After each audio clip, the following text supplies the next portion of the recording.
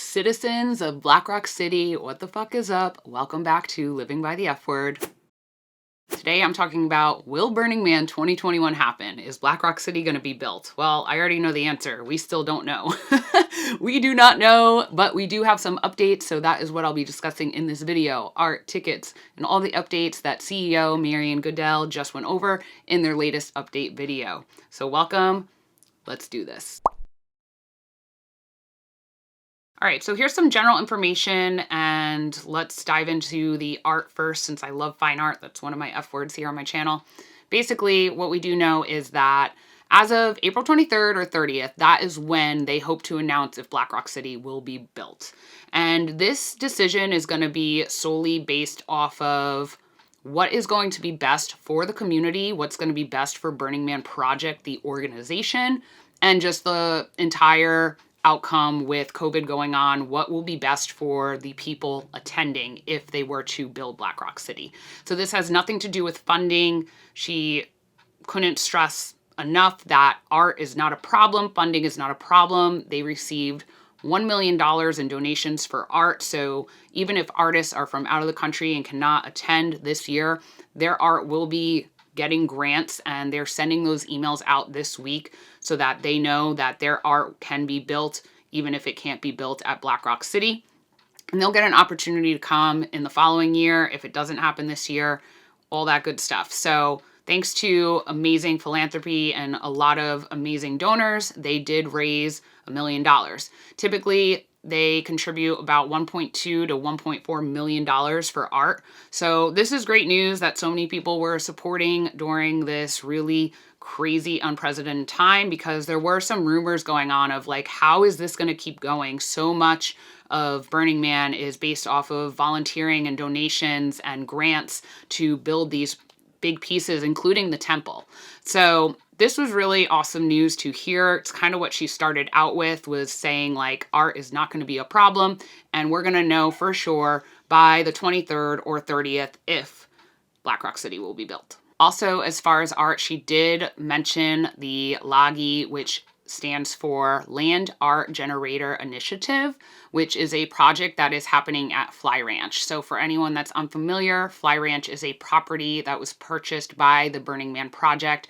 14 donors came forward and donated so that they could purchase this property. And basically, it's going to be a location, a permanent location for sustainable art to be built year-round. I don't know too much information about it, but I will leave a link to this project in the description box below, as well as the video of the CEO talking. So if you'd rather check that out yourself, by all means, that will be in the description below.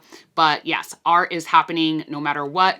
And also a virtual event is going to happen no matter what as well. That was another thing she had mentioned, that even if the city does get built this year, they are planning on doing a virtual event as well. All right, so let's talk about the city itself and the entry requirements if they do build Black Rock City in 2021. First thing that she said was vaccines are going to be required.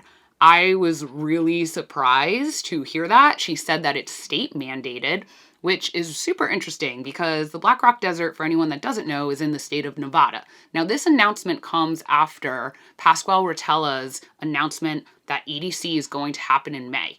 And EDC is in Las Vegas, which is also in Nevada, the same state. So super interesting that it would be state mandated to have a vaccine. Now, I'm going to be fully vaccinated by the end of April, so I'm feeling more comfortable about going to events. But what about people that, because of health concerns or health issues, they are being advised by their doctors to not get vaccinated yet? It's kind of interesting, especially with the principle of radical inclusion. It's kind of like, wow, I was really, really surprised. Now, it does make me happy. By the way, if you hear my puppy barking, I'm sorry. I am just trying to film this, and of course, she's trying to bark, so I don't know if you could hear that. But yeah, I'm just like, I'm blown away by this, especially because I guess what's good for them, and this is something she talked about too, is they were concerned, they meaning the organization of Burning Man, the Burning Man Project, they were concerned that they were going to be the first big event happening in the United States, because typically it takes place end of August, beginning of September, Labor Day weekend, that time frame usually. And so, you know, a lot of major festivals are being postponed until September, October, or, you know, being postponed completely till 2022. So this was a concern they had. And then with the announcement of EDC happening, she did kind of mention, luckily, people are stepping forward and doing that for us. So I really think festivals like UBW and EDC Las Vegas are really going to be kind of like the testers for the future of live events. So we probably will have more information once all that happens. And plus, she was saying that by the end of April, we should know. So it's kind of like they're going to make a decision before EDC even happens. So if it's state mandated, I'm just curious for any of my friends going to EDC, like what that's going to be like, because I don't think there's any safety plan in effect yet for EDC. Okay, so the next thing regarding the city, and because vaccines are going to be required, they don't know if they're going to implement testing too at the gate, but she was kind of talking about the infrastructure of the city. So if you're not familiar, either you are familiar or you might not be familiar. Some of my subscribers might not have ever attended Burning Man, so just in case you're not familiar, the city typically is 80,000 people. So it's a pretty large event, but she was saying how it's not going to be that large, that they were requesting from the BLM, which is the Bureau of Land Management. They were requesting a 69,000 event capacity. So it's about 20 to 30% of the larger camps that would not be coming as well, which was stated in a survey. So there's a good chunk of big camps that would normally be there that won't be there. And so there's also international people that might not be able to come because vaccines aren't even being offered in other countries. You know, they have to show a requirement in order to enter the United States. So there's like all these moving parts that she kind of was talking about, which is why it's like still up in the air because they just really don't know. She also stressed the fact that the event can't happen without Department of Public Works, GATE. These people are crucial when it comes to managing the city, the rangers. So I think that there's like a toss-up because I think there's some people that have voiced their opinion that if the city was built, they would not go. And then I think there's other people that are like, yeah, we're going to go. Of course we're going to go. So I think there's just like this big toss-up and there's a lot of uncertainty when it comes to the city actually being built. And I'm really curious to find out like what this announcement is going to be towards the end of April. Is it going to be a go or not? Because really the timeline for everything is way off compared to what it usually is. And that brings me to my next point, which is tickets. All right, yeah, so let's talk about tickets. So the timeline is way off right now. Typically in February is when low-income applications open up. Also in February is when the directed group sales usually open up. So for anyone that's unfamiliar, the directed group sales are for the larger sound camps, larger theme camps, villages, people that really bring a lot of people and go during build week or even prior to build week. So yeah, that usually opens up in February. We're talking about April right now, which normally would be the regular ticket sales. And she's saying that regular ticket sales would open in May. And if you look on their website under their tickets, it's also very undecided. It says low income information coming soon, directed group sales coming soon. So it's like they really do not know. But what they are offering, and this is what I want to read to you, it's called an invitation to the future. And basically, it's for people that want to purchase a ticket that, I'm sorry, my dog is barking. Hold a second. Tell the people what you want to say. Tell the people. Tell the people. What do you want to say? Oh, what do you want to say? Is Black Rock City going to be built? Ooh, you being so loud. You being so loud while I film. But you are the cutest. You are the cutest. Yes. I completely lost my train of thought. I am so sorry. My dog will not stop barking. I have a brand new puppy and she always wants to sleep when I'm getting ready. And then when I'm going to actually film or do something that I need to do, she's constantly barking. So I am so sorry. I completely lost my train of thought. But basically I was talking about the invitation to the future, which the invitation to the future is for people that want to contribute to the community and to the Burning Man project. And I'm going to read the details to you.